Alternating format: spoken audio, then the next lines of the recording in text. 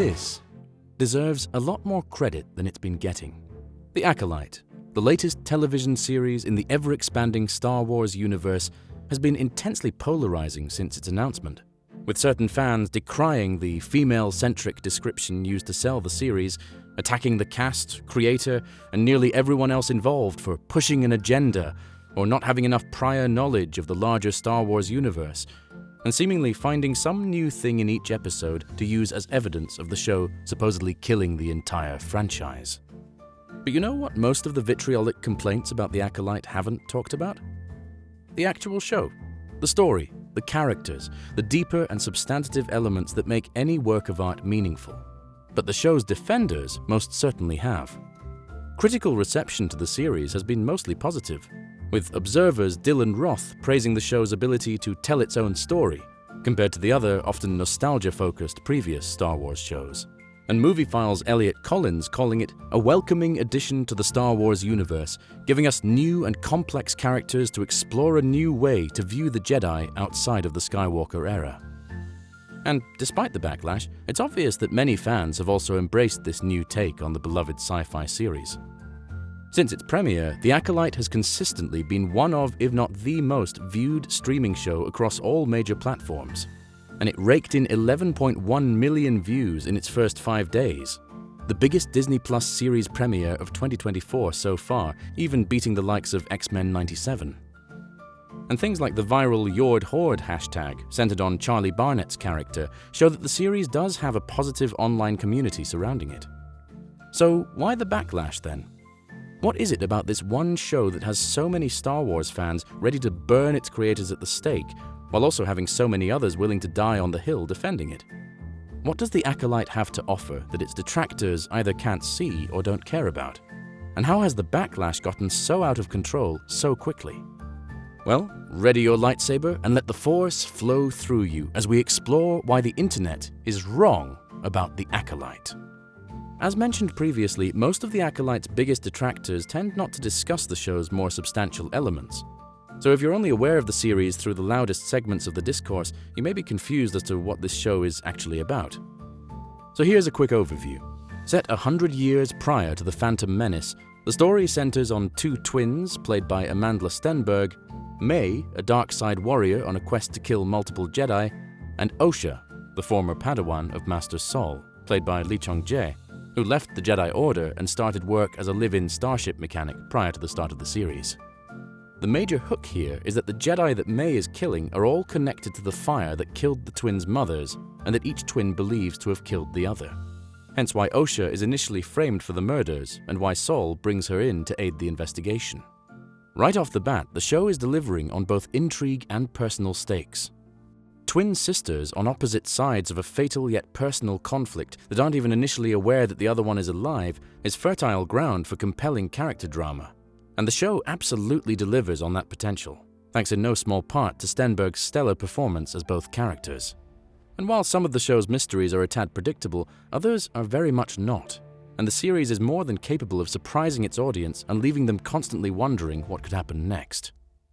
That sense of mystery and wonder is further aided by the aforementioned time period, keeping the events of the Acolyte far removed from previous Star Wars movies and shows and placing them firmly in the franchise's High Republic era, previously unexplored in live action, as shown by the generally sleeker design sensibilities of various ships and buildings reminiscent of the prequel trilogy, as well as the white and gold robes worn by the Jedi themselves, featured prominently in the cover art for most of the High Republic novels and contrasting sharply with the brown Jedi robes seen in the films.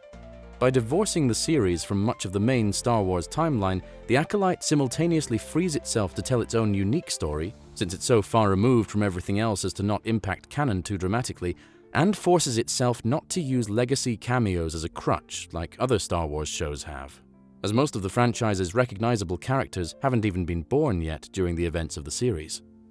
And unlike many other prestige streaming series, including previous Star Wars and Marvel shows like Obi-Wan Kenobi or The Falcon and the Winter Soldier, The Acolyte is actually paced like a TV show, rather than a 6 to 8 hour movie split into chunks, with each episode having a distinct beginning, middle, and end that allow them to feel like satisfying stories in their own right, while also serving the larger season-long narrative arc. And this is without even touching on the show's excellent action sequences. In an interview with Vanity Fair, showrunner Leslie Headland confirmed that she took inspiration from wuxia and other classic martial arts movies in much the same way that George Lucas was inspired by Akira Kurosawa films for the original trilogy, to create fight scenes that were a little bit more personal and less global and galactic. The so-called Force Fu approach gives the Acolyte a unique visual sensibility that makes both lightsaber combat and Force abilities feel fresh and exciting in a way that they haven't been since arguably the introduction of the dual-bladed lightsaber in The Phantom Menace. Given the show's clever visual storytelling, strong character drama, and epic action, what exactly are its detractors so mad about? Sadly, if you're even passably familiar with the state of internet discourse today, you need only take one look at the Acolyte's diverse cast and crew to see why it has toxic Star Wars fans so riled up. If you look at the over 25,000 audience reviews for the series on Rotten Tomatoes, nearly all of which are negative, most of them don't actually comment on the show's storytelling or character progression and instead complain about it being too woke or LGBT propaganda or other such buzzwords. And this disingenuous act of review bombing becomes even more apparent when you see how many negative audience reviews have recently shown up for an unrelated and otherwise forgotten 2008 film titled Acolytes, and how all of said negative reviews have actually been about Star Wars. And discourse on social media has been just as bad, with toxic fans attacking series star Charlie Barnett for saying Anakin Skywalker blew up the Death Star, which, while technically incorrect, is not something he would need to know to put in a good performance, or demanding Amandla Stenberg be fired, not for anything relating to their acting ability, but because she's an openly gay woman of color who uses both she, her, and they-them pronouns. And whenever the Acolyte's detractors do attempt more genuine criticism, it's always nonsensical, surface-level nitpicks. Like how having fire in space in the first episode supposedly makes no sense, despite that being shown as possible in the Star Wars universe as early as the original film's Death Star explosion. Or how Ki-Adi-Mundi's appearance is law-breaking, despite the character's age never being established canon and multiple alien species in Star Wars having been previously established to live significantly longer lives than humans. This disconnect between toxic fan criticism and the actual content of the show is best exemplified by the reaction to the Acolyte's third episode. Toxic fans claimed that the introduction of a coven of Force witches completely disconnected from the pre-established Night Sisters disrespected the vision of George Lucas and Dave Filoni. Despite the fact that, as confirmed by Leslie Headland in an interview with StarWars.com, Filoni himself was the one that encouraged her to do that, telling her, "Not all witches are Night Sisters." They argue that the episode and show in general's depiction of the Jedi as a flawed, borderline cult-like organization that takes children away from their families betrays the heroic ideal of them established by Lucas, when Lucas himself was depicting the flaws of the Jedi Order as early as Return of the Jedi, and leaned into that even further in the prequel trilogy. And last, but certainly not least, they complain that Osha and May's mothers conceiving them through the Force makes Anakin Skywalker not special, when not only has Anakin never been stated to be the only child conceived by the Force, he was also never meant to be special. The Jedi Order thinks he's special, which in turn gives him a hyperinflated sense of self-importance that eventually leads him down the path to becoming Darth Vader.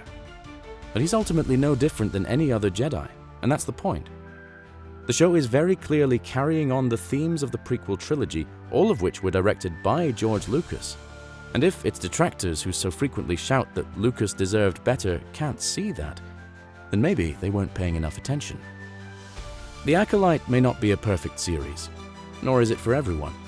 Its pacing can sometimes be slow, its early episodes are arguably too exposition-heavy, and its more nuanced take on the mythology of the Jedi might not be what you're looking for in Star Wars.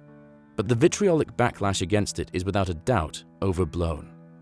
The action scenes are engaging and remarkably well choreographed, the design work is impressive, and the character drama is clearly crafted with thought and passion for the material, performed by actors consistently giving it their all. By contrast, the negative criticism of the series outright refuses to engage with the material on any substantial level, and frequently devolves into personal attacks on the cast and creator, not because of anything they actually did wrong, but because they didn't know a piece of irrelevant trivia, or because they dared to exist openly as who they are. Given how much the writers, designers, and the cast brought to bringing this story to life, and how little effort the toxic naysayers have put into meaningfully criticize it, it's abundantly clear that the internet is wrong about the Acolyte. Now we want to hear from you, young Padawans. What did you think of the Acolyte? And what other genres would you like to see tackled in the Star Wars universe? Let us know in the comments below, and be sure to subscribe and hit that bell so you can see great videos like this as soon as they go up. Until next time, thanks for watching.